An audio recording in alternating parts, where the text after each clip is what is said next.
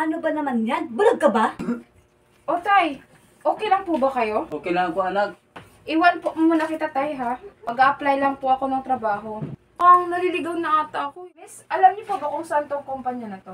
Ate, doon po. Okay po, maraming salamat po. Next applicant, please. Okay, Miss Kyle. Tatawagan ka na lang namin kung kailan ka magsisimula. Sakto, anak. Kasi may tumawag kanina sa telepono. Magsisimula ka na daw bukas.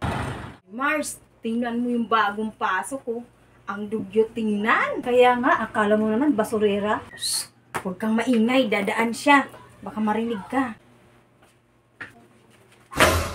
Ano ba naman yan? Bulag ka ba? Sorry po ma'am. Ang dugyot mo na nga. Ganyan pagkilos mo. Napakalamya naman. Tika, anong amoy yun? Amoy imbornal. Amoy putok. Miss Love, Miss Ann, ano ba ito ang nabalitaan ko? Binubuli niyo daw si Miss Kylie. Miss Ann, bago pa lang siya. Dapat intindihin natin yun. Bakit po namin siya intindihin? May sakit po ba siya? Wala siyang sakit, pero ang kanyang ama mayroon. At kayong dalawa, suspended ng 3 linggo dahil sa ginagawa niyo. Miss Kylie, pasensya na sa inasa namin sa'yo kanina. Oo nga, Miss Kylie. Sorry. Hindi kasi namin alam yung pinagdadaanan mo. Alam niyo inay, sa totoo lang, wala kayong kwentang ina. Inay, ang tagal niyo na lang dumating. Nagugutom na ako. Pasensya ka na anak.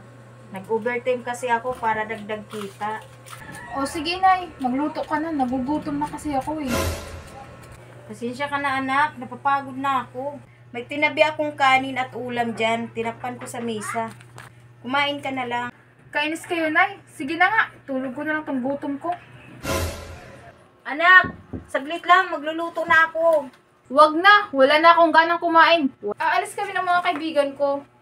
Yung paborito kong gamit na susuotin, labahin pa. Ano ba yan inay? Anak, pasensya ka na. Alam mo namang sobrang busy ako sa paghahanap buhay.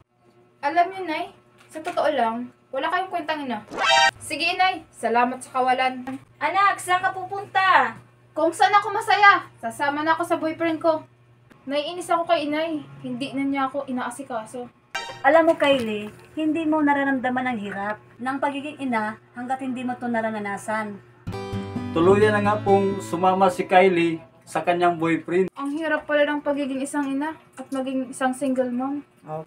Habang nag-aalaga ako sa anak ko, sinasabay ko rin ang gawaing bahay. Tapos kailangan ko pa mag-online business para mabuhay kami ng mga anak ko.